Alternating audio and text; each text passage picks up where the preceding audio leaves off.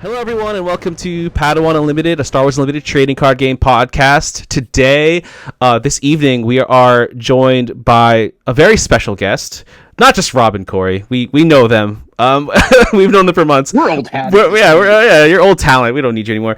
We are joined by Dinozor, who is a content creator and competitor for Star Wars Unlimited. We're doing a very special community spotlight episode like we've done in the past. Really excited to have him on the show. Corey is the one who helped kind of grab this guy. So Corey, Rob, Dino, how you guys doing? Doing well. I'm excited to get to speak with Dino here. It's getting to know him a little bit already has been really cool, and he seems like a really good guy, and he's got some great content on his channel, which we'll let him promote later on. Definitely. Yeah, for sure. Definitely. It's always exciting to talk to new competitors. Well, not new competitors, but competitors in the meta and all that kind of stuff. So excited for this one. Cool. Yeah, I mean, it's been an absolute pleasure to get to talk to you guys for a little bit. And as Corey said, I am a great guy. So I believe it. Just for the short time before that. So for anyone who's listening now, I actually was super late to this meeting or to this podcast recording, like 10 minutes late. I was like, oh my god, we got this new guy. He's gonna think we're slobs, we're slacking, but we're not. He's not important, but he definitely is. So just some logistical stuff before we really get into it. If you are new to the podcast, there's a couple things that we want you to be aware of. First is that we like to give stuff away. So if you haven't listened to a podcast episode 59, please remember to check that out, listen to it. There is also a raffle for a showcase giveaway that is sponsored by, or given to us as generously by the Bothan Network, specifically Tetra, who's one of the premier Quinlan Tarkentown players. He's like top 8'd or won something, a PQ every season last set, or every set last season with Quinlan Tarkentown. So he's a really great guy. Check that out. Also, tell your friends. Like, subscribe, whatever. Once we get to 500 subscribers, we're going to be giving away a convention pack, 2024 convention pack. So it's the Force one, not the droid one. That's like dark no one side. Really. Yeah, it's the dark side Force stuff. So check that out as well. Again, appreciate everyone's support. It's always an honor to be able to give back to the community in some sort of way. And one thing that we're going to do for this very special episode is talk to Dinozor and get his perspective. So one thing I do want to share before we get into that as well, like from my understanding, and correct me if I'm wrong, Dinozor was one of the few, if not like the top guy, to make it from day 1 of Galactic Championships all the way to day 3. Right, and top 64ing top 64ing at Galactics again. At least top 64. Yeah, at least I think you're. I think this is where we had to do the interview. But I'm going to sing his accolades in that sense. He also, again, he's a content creator, so we'll share the link in the description. Corey, I'm going to hand this over to you now. Cool. I'm going to hand it right over to Dinozor, actually, because tell us a little bit about yourself and what got you into Star Wars Unlimited, what brought you to the game, and a little history, if you don't mind. This is the learning moment. We got to get to know you. yeah, absolutely. I mean, just to point it out, I finished 22nd in the Galactics, so top 32. But I mean, hey, top 64, top 32, pretty much same thing, right? So to the question is like how I got into SU is I've been playing card games for most of my life, ever since we were a kid. For a solid at least 25 years, I think I've been playing all sorts of TCGs ever since like we were kids. Yu-Gi-Oh was really big. From there we tried out Magic, Pokemon, and then every few years a new one would pop up and I would jump into it. I got pretty heavily into Vanguard, which I played fairly competitively. Then we took a break until the whole digital TCG era started up, right, with Hearthstone. I played that fairly competitively, almost professionally, but the stint didn't last very long. And ever since then, every time a new card game comes out, I try it out. For the longest time, I was just playing casually with some friends, stuff like Digimon or whatever that was coming out. And then Star Wars came out, and I tried it, and I immediately fell in love with it. I thought it was so different from every other card game. Yeah. After just playing it for a couple of sets, I said, I want to go all in on this. I want to go back to the glory days of, competing as well as I could. And I mean, I'm rusty, but clearly it's working out. Rusty got you to 22nd out of Yeah. 2,500 people. Wow. Oh man. So yeah, tell us about that run that you had at Galactic. So you, I assume you did some showdowns locally. I don't know if you have PQs from where you are, if they're like close to you. Like we're fortunate, we have PQs half hour, five, like the furthest we every can weekend, go. it feels like. Yeah, they're all over by us, but where you guys are, I'm not sure if that's is convenient. That sounds like heaven. Unfortunately for us, I according to FFG, I live in the middle of nowhere, just one of the biggest cities in Canada, Montreal. But they don't seem to recognize that. Yeah. we get like one PQ a set if we're lucky, and then otherwise we need to travel like 6 hours. Like last set, the only PQ that I was able to go to was the one in Toronto. I had to drive 6 hours away. I did fairly well. I mean, I finished I think third or fourth. I don't remember. Okay. Yeah. But other than that, like every local event that I have the time for, because like let's be real, there's family, there's events, there's work, stuff like that. So every time I have the chance, I go to one. But other than that, we do most of our playing at our local store. I go to weekly locals every week, sometimes twice, but often just once. I am blessed in that most of my local group are extremely competitive people. They've all played card games in some form, and we met them when Sue came out, and most of them are still there from day one. And we went there from our local store with a group of 6 people. One of us had a buy from winning one of the early PQs, and the other 5 had to play in day one. And out of those 5, 4 of us made it to day 2, which just really speaks volume of like. It's the fact that everyone at my store that I play with, that I test with, are pretty good players, and we push each other forward. Yeah, that definitely helps. We've seen it a lot, like with the teams and being able to competitively push each other and come up with new decks and try things out. That's cool. And speaking of decks, what did you run at Galactics, and why did you decide to choose the deck that you did? Yeah, I played Talzin Red Force. It was one of the more common decks, maybe not the most, but it is the deck that won the GC. However, my list was a little bit different than the rest. I'm a very big fan of just red aggression in general, but not like the force throw side. I like the whole big ruthless raiders and devastators, and like having that insane damage from hand. So I built a bit more of like a slower late gamey Talzin, so to speak. And it worked out fairly well. Yeah. I mean, why I did would I say choose so that? too. Yeah, sorry. Yeah, I mean, why did I choose that deck? I mean, for the longest time, I was playing Tarkin. That was my go-to leader from set 1. I really loved the playstyle, and I was actually practicing to bring that over to the GC, that or Snoke, which plays almost the same way. Yeah, very similar. And then at some point, I was like, well, let me try out all the other decks that everyone's talking about just to get a feel for them, see how I could play against them. And as soon as I played Talzin, I'm like, wow, this plays very similarly to my playstyle, and I fell in love with it. So I essentially took my Tarkin deck, took out everything that's green inside, and put blue stuff inside, and that's how I built the Talzin deck. Nice. Took it to some local tournaments where we had a lot of people testing for the GC, and I managed to win. So I'm like, hey, might as well bring this to the Galactics. That's great. Did you notice? That's kind of what happened with you, Corey. Yeah, pretty much. I was like, oh, my deck's not really running well, and I'll just throw this together, and hey, it's pretty good. But did you notice a different, like, so in day 1, obviously it was an open, anybody could just do the main event if they wanted to. Did you notice a different like meta shift from day 1 to day 2 into day 3, and how that had to, like, how you had to change your play style? I mean, I think if you look at the overall decks that were played, there was a huge meta shift, but I personally didn't really see it. In day 1, I played against, I believe, 2 Sabines, a couple of blue-green villainy decks, a Han 2 blue. Honestly, exactly what you'd expect. I played against a Kylo, I think, as well.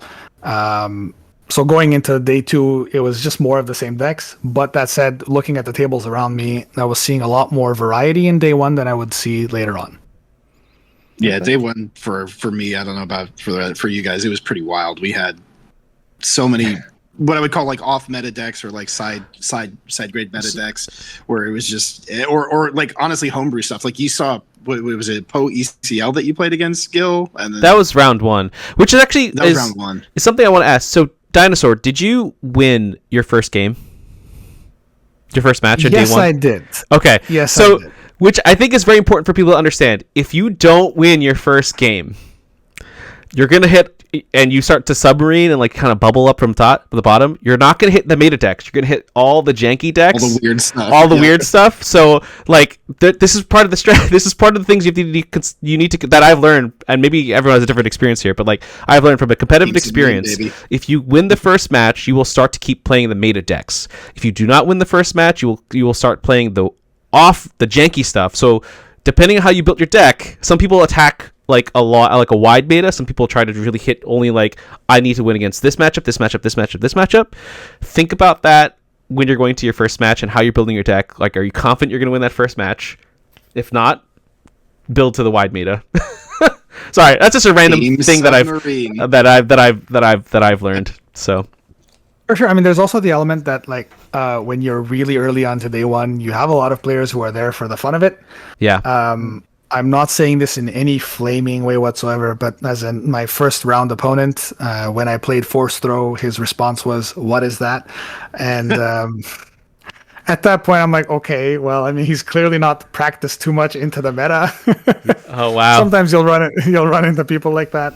Yeah, no. At my first match, I played a Von Reg yellow deck, and he said that he just had started playing a month ago, and so I was like, "Oh, this is really cool!" Like somebody decided to, hop into the biggest tournament Star Wars has had, and it just started playing like a month prior. So Can I ask, how do you guys get to play opponents like that? Because all my guys were like the most the sweatiest. they're like, yeah, I brought this to PQs. I just wanted to really test it out, like here as well. Like, oh, I was a top 4 guy, like with a Thrawn 1 Colossus. I'm like, what the heck? Why am I playing these? Like, I want someone to not show up. I mean, there were a lot of no-shows for round 1, so if you were one of the lucky, like probably 50 to 100 people, because some people just went in, got their participation stuff, and they're like, Peaced I out. want to Yep. play side events, right? Yeah. Yeah, actually, one of our listeners, Larissa, who was there with us, that's what happened to her. Her first round opponent, like, sat down, was like, "Congratulations on your win. I'm just here for the silver packs," and then peaced out. That's so That's funny. Yeah. that's amazing. Which Yeah. for the participation packs and the promo stuff. Dino, do you collect? Sorry, I'm kind of pivoting off to a different thing, but do you collect cards as well? You've played them for a long time. I don't know. Do you have like a bulk, like all in your walls, or? So, for Star Wars specifically, I've started since from the beginning of the game. I got in from set 1, which is something I haven't actually done often for a card game. I decided that I'm going to keep a play set of every card, and that's a lot easier than I thought it would be. So I have like, I guess, 3 of every single card that I would play. There's a couple of cards that when they spiked in price, I sold, I guess. Like, I'll never play Cunning. I just know myself as a player. But other than that, yeah, I keep enough, at least that way. So anytime I want to make a deck, I can make a deck. But as for anything fancy, like showcases or the fancy lightsabers I got, I don't really care for them too much. If I could sell them off to finance the future set, sure. That's Okay. very financially smart, and I am the opposite. I want all the fancy bling, and I mean, will obviously Corey, you spend money. financed my next 5 sets of Star Wars Yeah. Unlimited, right? So Speaking of which, yes, the reason we met was actually I wanted to get those lightsabers very badly. I could not earn them myself, so I was like, well, if I can't earn them, I will pay someone else that did. And it just so happened it was Aram here who provided those lightsabers to me. So, and it was funny because I don't go around being like, oh, hey, I'm on a podcast, and I'm gonna, I just wanted to, discreetly get them, and I talked about it on last episode, but and I totally got it wrong because I talked to so many people about the lightsabers, and I was like, which person did I actually buy them from? But it was you, and then he's like, hey, by the way, are you the same Corey on that podcast? And I was like, wait, do you listen? And so yeah, it was pretty funny how it's just kind of a a natural thing that So, coincidence. moral of the story is if you listen to the podcast, you will top 60, 32. You will get to day 3. No, I'm kidding. You heard it here, folks. The only reason I did well at the GC is because I listened to Padawan Unlimited every week. Sorry.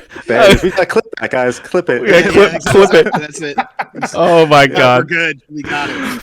Oh man, but truly, honestly, it's an inspiration because if I'm thinking about it, because I thinking about it, like you come from you're in a region that doesn't necessarily have a lot of competitive like tournaments, right? For Star Wars Limited specifically, right? Like we have like one every week, right? Whereas you have like one every set, maybe.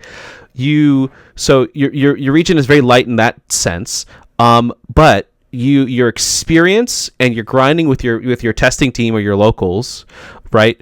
And getting those cards brought you to you were able to achieve like greatness, which I think is very inspiring in my opinion. Like you don't have to come from like New York or New Jersey or anything. Like you can be successful anywhere you are as long as you just put in some time, right? And I think that's I think it's a great thing to like. Sorry, I feel like you want to say something.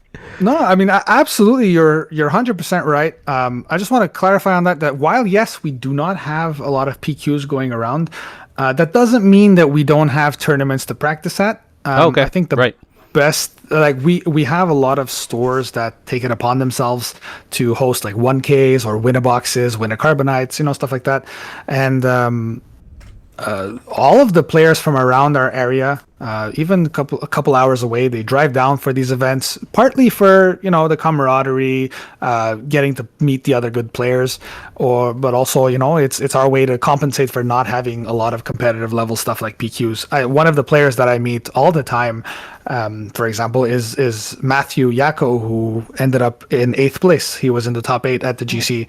And he's while he doesn't come to my particular local store, he's in our local vicinity, and every time there's like a slightly major tournament, he's always there. He's always beating me up, That's awesome. It's really cool to see that you have such a high level of competition in the area that you're at, because again, like you mentioned, it pushes you to become better and to get to practice against people that are better than you. For newer people, just real quick thing, Rob. When he talks about 1K, right? That's the cash prizing for a specific tournament. Like it's equivalent to $1,000 the prize support dollars or whatever that might be. So just because not everyone is as competitive, as necessarily competitively oriented. Like winner boxes, I think pretty self-explanatory. But there's like 1Ks, 4Ks, 5Ks, whatever it might be, right? That just. And because there's cash money on the line, that does bring out the competitive spirit. So you're right, totally forgot about that. Like we don't really actually have a lot of 1Ks in our area or stuff like that. So like we actually just do a lot PQs. of our PQs are technically 1Ks. Are they? Okay. Yeah, because they do store credit and stuff. Yeah. Like I know some of them hand out credit. It also depends, obviously, on where you are. There's a lot of states where you're just. I mean, I don't know how it is in the U.S. I know for us, it's if you do too much of a cash prize, it falls under gambling laws. Oh, really? So, yeah, often it's like store credit and stuff like that. It's also I think SWU just in general they disallow, or FFG has been disallowing cash prizes, so it's always in prize support of some way, shape, or form. So whether it's product or store credit or something like that, that's usually what it works out to. I think the biggest one that we had in the States here was the Boston Network put it up for, it was a 10K. Yeah, the battle in Atlanta. Yeah. Beatle. Yeah. Right. That happened. Yeah. That was good. It was like November of last year. Yep. Something like that. Mm-hmm. Well, yeah. So that's, so what, as far as where like you finished, it was amazing. How was your mental state on day 3? Like, playing 3 days, like hardcore, getting to that point. Like, did you feel that is part of the reason maybe you topped out at 22 instead of getting further? 100%. I think people also tend to forget that it's not just 3 days. You're not just going into it fresh. You've been practicing the entire time, so it's more like you've been playing for a week straight. And on top of that, like, you just came in from a flight. It's been nonstop. You day 1, you go in at 10 in the morning, you play until the evening, you eat, you go back to the hotel, you sleep, you wake up, you're back to playing. So yeah, definitely by day 3, my mental energy was drained. I did find myself making some somewhat obvious mistakes near the end. One of them did cost me the game, which would have potentially put me in the top 8. We'll never know. That said, like, I'm not gonna blame luck for any of it. All of my opponents that I lost to were fantastic players, and I think everyone I actually lost to made it in the top 8 or something like that. Oh, really? Wow. Okay. Do you take notes and stuff like in your matches? I do not. You do not. Oh, I do not. I love it. To me, it's all up there. I was telling Rob and Corey earlier. I was like, you're my people's champion, and that just because like you grinded from day 1 all the way to like near the tops of day 3, and now that I found out you don't actually write stuff down. Oh, beautiful. You know, because I don't write anything down. Like some people like really like they take notes. You know, like whereas I was gonna say, is this like a I feel like Tyler probably takes notes. Yeah, everyone takes. Yeah, a lot of people. I barely read my cards. Am I gonna write stuff down? What are you saying? No, but like realistically, if I were playing a deck that had a lot of information overload, like I think a great example would be when I was playing against Wu. The only time I saw him write something down is when he used Spark of Rebellion. He wrote down what I had in my hand. I think that makes perfect sense. My deck doesn't have a way to look at my opponent's hand, so I didn't feel the need for it. I think the dynamic of this game with the draw 2 resource 1 information changes so fast that the notes that you're taking down often don't matter. What about after a match though? Like if like you are in a match and you either misplayed something or they played something that you were totally like, oh my gosh, I did not expect that or see that coming. Do you write stuff down then, or is that just like, oh, I'll just remember that later? So maybe in the future I would, but in this instance, I don't think that mattered because of the whole open deck list fiasco. I was able to see everybody's deck list right off the bat. I put mental notes of like, oh, hey, this guy is not running any upgrade removal in his main deck. So game 1, I can just YOLO my life savings on a lightsaber turn 2. Right. How did you feel about that kerfuffle? Because you've been playing for a while. You've been playing for a while now, so I feel like the people who are more experienced were like really annoyed at it. I'm saying annoyed as lightly, whereas people like me who are like, I don't care because I'm not making day 2. Day 2. Yeah, who cares? You know, like how did you feel about that? If you don't mind sharing. Yeah, no, not at all. I think in an overall sense, I didn't mind. I understand why they did it. FFG has been very strong to push for competitive integrity.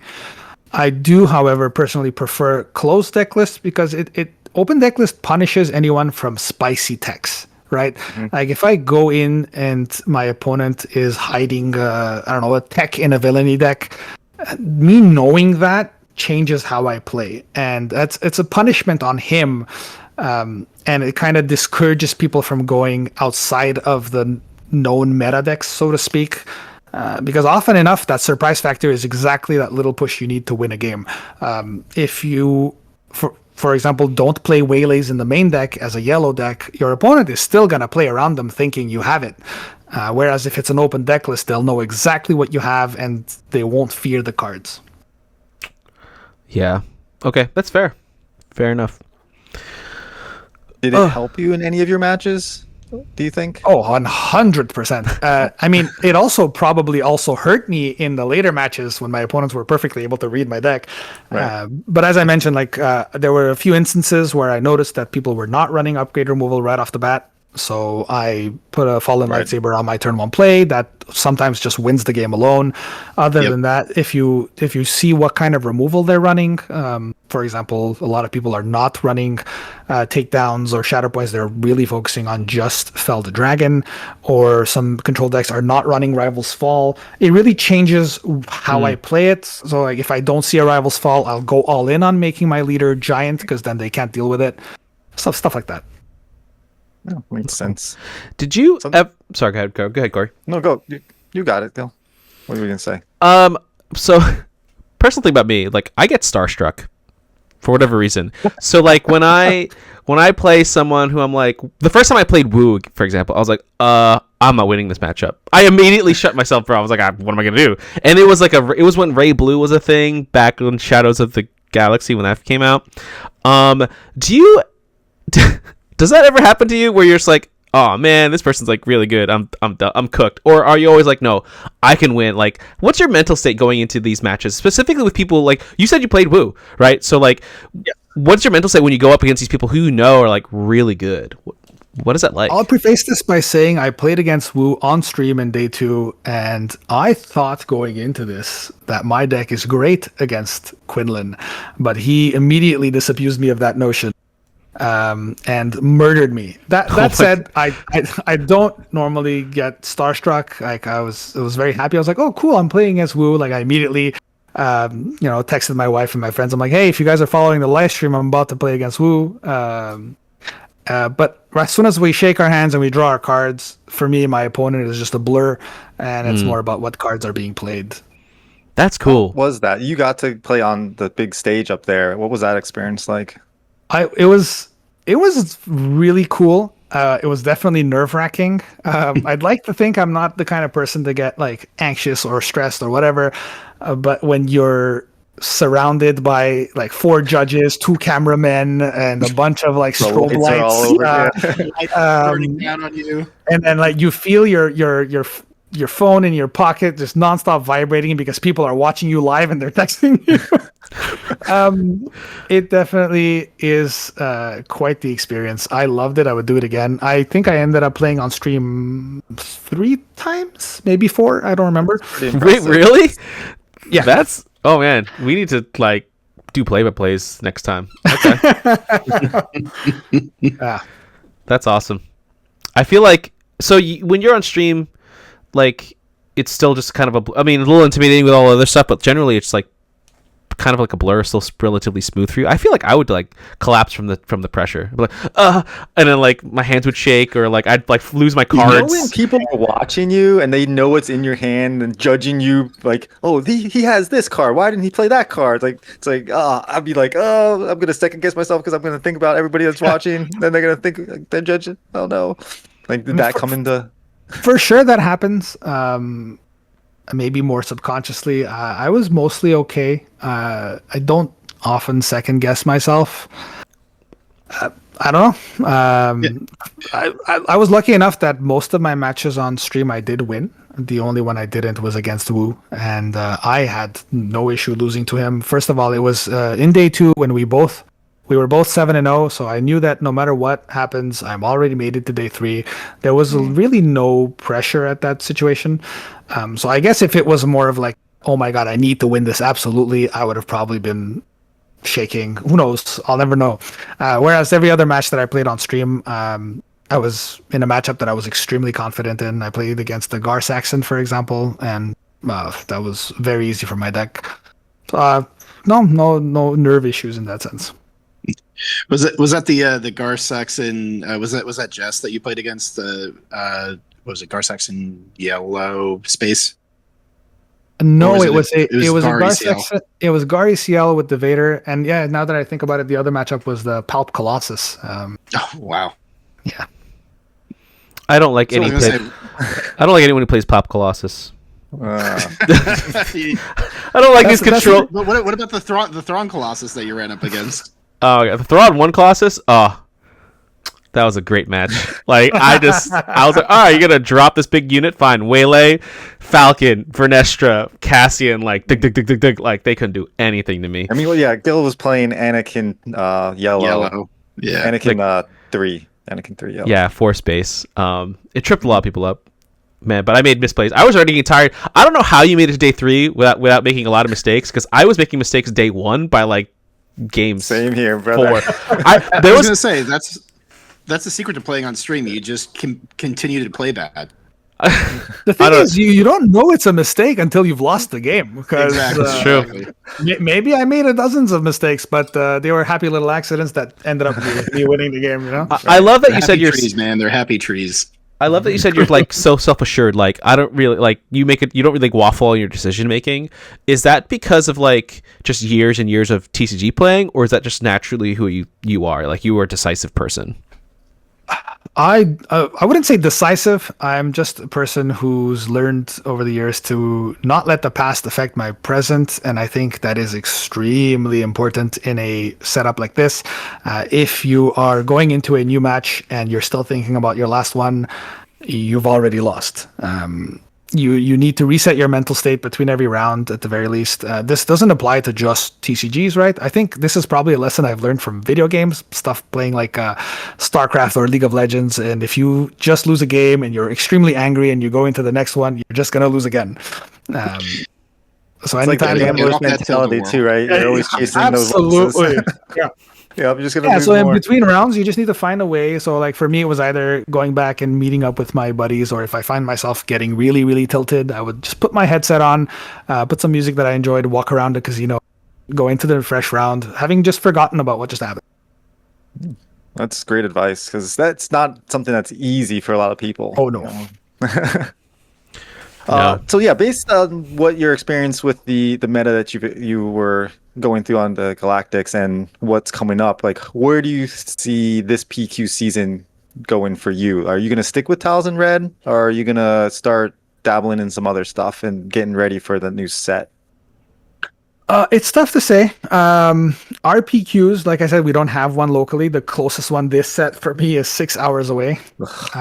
So even if I were to go, it's only going to be in late October, which it's a whole other story. I'll get into that if you want. But essentially, because it's so far away, I'm probably just going to spend the next month or so messing around with fun decks. And then when the competitive season gets closer, I think I might go back to Talzin. There's the big elephant in the room of Force Throw. What's going to happen to it? Yeah. We don't know. Everybody was expecting a stream today, which is Wednesday, right? We didn't get anything. Maybe next week. But if even by next week there's nothing, I think we're probably going to be stuck with it. So I would most likely stay on Talzin, yeah. Yeah, I think they're probably still coming back from Gen Con right now, so it's like, I agree. If we're going to see something, it's going to be next week. I don't think it gets banned. I think they're going to let it ride out until rotation happens.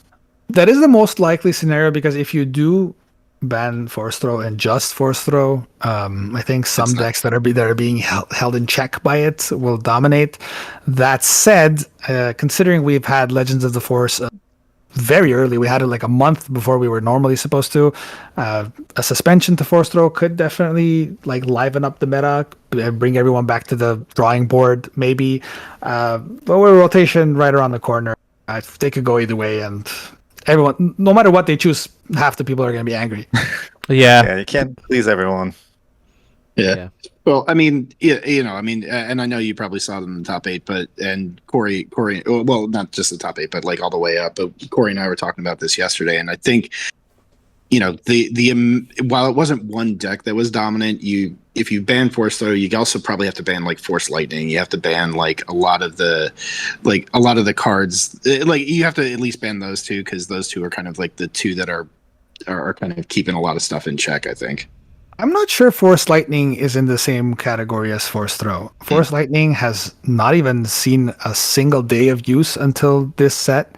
And it's nice that there's finally a deck that's able to use a legendary from set 1. It is strong, and it's okay for cards to be strong. I think the main problem with Force Throw is the flexibility. Yeah, I mean, it's the flexibility of using it either on your opponent for hand disadvantage or on yourself. And it's more the problem of using it on yourself in combination with a lot of the new tools that they've given, especially heroic red decks. Losing 2 cards to kill off a leader for 1 is a strong play, but if you're already drawing an extra 5 cards a game, it's not really a disadvantage anymore. Yeah. Yeah, Kiari Mundi specifically. Yeah. Yep. How do you feel about this new Kylo Tarkentown deck? And I'm assuming we're going to see a lot of that in this competitive scene. I think it is an extremely creative deck. I love it. I the idea of just having a deck that just slowly builds up and just one-shots your opponent. I played against a couple of them, and I was lucky enough that my deck was built to be very good into the matchup. So I didn't have any trouble with it. That said, I think it's a deck that has already counters available in the card pool. If people don't want to play against it, there's ways to counter it. And yeah, Tell us more. What's a counter to this deck? The obvious answer is Aggrieved Parliamentarian, and I know some players saw that coming. Like Wu had it in a sideboard for it, and there's other stuff. Like most control decks are running Restock, and don't forget you can use Restock on your opponent and put his upgrades back into the deck. Other than that, it is a mostly one-shot deck, but it can't hit that hard. So if you manage to keep your base health low enough. So the way I won against the decks, I played against 3 of them. I think I played against 2 with Tarkin Town and 1 that was playing red 4 space. And if you're able to win the board early, which is not hard against that deck, none of their units are very durable. And if they don't do any damage to your base, it doesn't matter if their leader hits your base for 17 and you just power up the Darksider and go on with your. Yep. Yeah. Yeah, truthfully, the one that I've been more scared of is actually the Data Vault version of it. It's like because like on a 25 health base, you can burn through it, at some point. So it's like as long as you can turn the corner against Kylo, it's not that far away. The Data Vault version of that, is rough, buddy. The Data Vault version is actually something I was slightly worried about because I think that deck is strong into mine. However, I think it has so many other bad matchups. It's basically just another blue-green villainy deck, like all the others, except it loses to all the other ones because it has to dedicate 10 to 15 deck slots for upgrades, right? Like you're just playing a worse deck if you're going against a Kira or a Garsax, and so I didn't think we would see too many of them. This is the analysis we like. Tell us. Okay, so we've taken up a lot of your time, so let's maybe do one more round of questions if possible. I don't know if we want to do rapid. No, we're not going to do rapid fire. We're not like that. But I do, since I do want to ask, maybe this might be controversial. I don't know, but are you going to leave us for any other TCGs like Gundam or Rift or Riftbound or any of these? Can we expect you at the next Galactic Championships, or are you going to dabble? Like you said, you dabble in a lot of other card games actually. So I'm actually interested. Like, what do you think your future is with this card game or just card games in general? Great question. So I kept an eye on Gundam because, like I said, I check out a lot of TCGs, but just didn't appeal to me. On top of that, it is a Bandai card game, and I've been burned by Bandai before, so I opted to just not touch it. I am very curious about Riftbound. I'm gonna, at the very least, try it out. Okay. That said, I don't think Swoo is going anywhere. This is the only game in my playing card games that I've loved it to the point of wanting to make content for it. I'd like to think you will see me at the Galactic Championships next year. It will depend on if I qualify or not, I think. That said, I might still go regardless. Oh, I think I don't have an open, right? Like Friday is like an open last chance qualifier. Yeah. No, he's going to qualify before that. We're good. We got to trust. I mean, I need PQs to qualify, right? I gotta say, I got to go to the sectors and the regionals, right? I mean, we'll see where they are if they're in. Right. Yeah. I don't know. In the Antarctic, I can't really go to that. Who's going? Oh, jeez. Oh my God. Yeah. Well, I mean, if there's one in Toronto, you can make it that one. I'll have a sign in the back, like, "Hey, Dinosaur," and then you get your win, and then you only need one. You need 100 points, and then you're good. So it's funny because that's the other thing. Yeah. The 2 PQs that are around me actually are Toronto, and there's one in a location called Saguenay. And the funny thing is, they're both 6 hours away, but let's forget that for a second.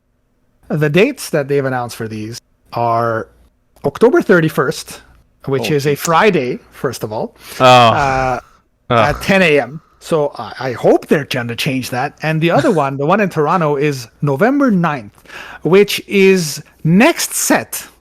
So I don't know what's happening. 7th, right? Hold on. It does come out on the 7th. Wait a second. So there's some fishy stuff happening here, We're gonna wait and see what happens. I know that a bunch of people in my area at least emailed FFG, and we all got like a blank, what feels like an auto reply saying, "This is not our fault. You should talk to your distributor." But then our distributor says they have no idea. Yeah. Oh, They're interesting. pointing fingers at each other, essentially. Yeah. That's fascinating. Sorry. Go Yeah, ahead, Rob. no, Go ahead, Corey. that's crazy. That is nuts to think about. Like Friday, everyone's working, and then That's 2 the days peak. Bill's going to Toronto. Yeah, I'm going to Halloween Pergano. now. It's gonna be 1 of 14, and I'll be one of the top 13. Wasn't like a PQ that was like 15 people like recently? Oh yeah. No. Considering there's so few PQs, it'll probably be maxed out. But the real question is, will Set 6 be legal? Because technically, it'll be out. But they might say something silly like, "Oh, but this is the Set 5 PQ." So even though you have the new cards, you can play with the old ones. I don't know. Interesting. Well, last question for me would be just before we can let you talk about your stuff, but like, what card do you think was the MVP of your deck at GC? I think it's most likely one of the 4-drops. Talzin's Assassin is arguably one of the best cards they've ever made. It is useful both offensively and defensively. It has a good body. It is force. But honestly, Tyrannus himself is also pretty good. It's hard to say. But you both, you're like, oh, which one? Which one? I had so many games. I resourced one. I'm like, I should have resourced the other one. Yep. Yeah. Well, and it's interesting because like I feel like 4-drops were kind of in a weird spot for a while, and then like those two specifically are like really good. 100%. I mean, the way they've made units in this game, I find that most of the power is in the 3-drops, and then it's 7 or above. There's a lot in between that leaves room for wanting, I guess. In my deck, there were no 5-drops, and even the 6-drops that I had, some of them I wasn't a fan of. So it just, I think we need better units in those slots, and I think they've learned from that. We'll just have to wait. The pipeline is long. Yep. Yeah, that's true. Rob, you have any final questions? Comments? Forever hold your peace. Mine's probably it's like, so I know we're still in Set 5 right now, but Set 6, they announced a bunch of stuff at Galactics about it. Is there any, we're going to be talking about this at some point here, but is there anyone leader from like the old sets that you're looking at that's like, man, he's going to be a monster in Set 6? It's hard to say because we haven't seen a lot of the cards, but I mean, I'm glad you brought up Set 6 because from the 2 mechanics that we've seen, the 2 keywords, I think they are the best keywords that they've ever made so far. Very cool. Plot has the potential to just break the game. We'll have to see how that works out. Yeah. Because mine is this guy right here. Yeah, I mean, look, I'm gonna keep an eye on the trench. It does hurt that you'll need to pay the 3 and then the plot cost, but you can flip him multiple times, and if you're exactly late game, like I feel like he's just gonna be a monster. Oh, 100%. I mean, it depends on what cards we get as plot. And That's the keywords themselves are very strong. But I mean, there is somewhat of a track record of having keywords with horrible units, like coordinate or exploit. So if there are good enough plot cards, just that new Palpatine leader, if you manage to ramp once early on your flip turn, putting 10 resources worth of cards plus your leader when your opponent is at 6, there's no card in the game to answer that. Yep. Yeah, and I feel like, because it's a little bit like Smuggle in some ways. Like Smuggle, probably 80% of those cards weren't worthwhile, but that 20% that was there, those are staples that you still see now. Oh, absolutely. And I don't think that the act of playing something from your resources is the strong part. I think it's the action compression of it. Consider you play your entire turn in one action, so you're almost guaranteed to have the initiative next turn. So unless your opponent has some way of mass removal, it's going to be rough. Yep. Yeah, Set 6 is definitely going to bring a lot of unique gameplay, I'll say. So Thank you so much. It's been almost 45 minutes now. Thank you so much for your time today, this evening, Dinosaur. Really appreciate you. Anyone else out there, please give him a subscribe, a like, follow, watch his videos. There's a lot. I know I learned some stuff even in our short 45 minutes, so there's a lot to learn in his content as well. Follow that career because. Where can we find? Yeah, where? Yeah, can I was gonna say. You can find my channel on YouTube, Dinozor Gaming, right here, and I'm also pretty active on Reddit. You guys can reach me however you want, but yeah, I put up a new video at least once a week, sometimes a bit more. Trying to do it now. It is time consuming, and I have the video editing skills of a toddler, so I'm learning, right? No, same here. But I'd like to think that my videos are somewhat educational, and I'm always open to more feedback. I would love if people want to watch my stuff and tell me what they want to see. Yeah, definitely.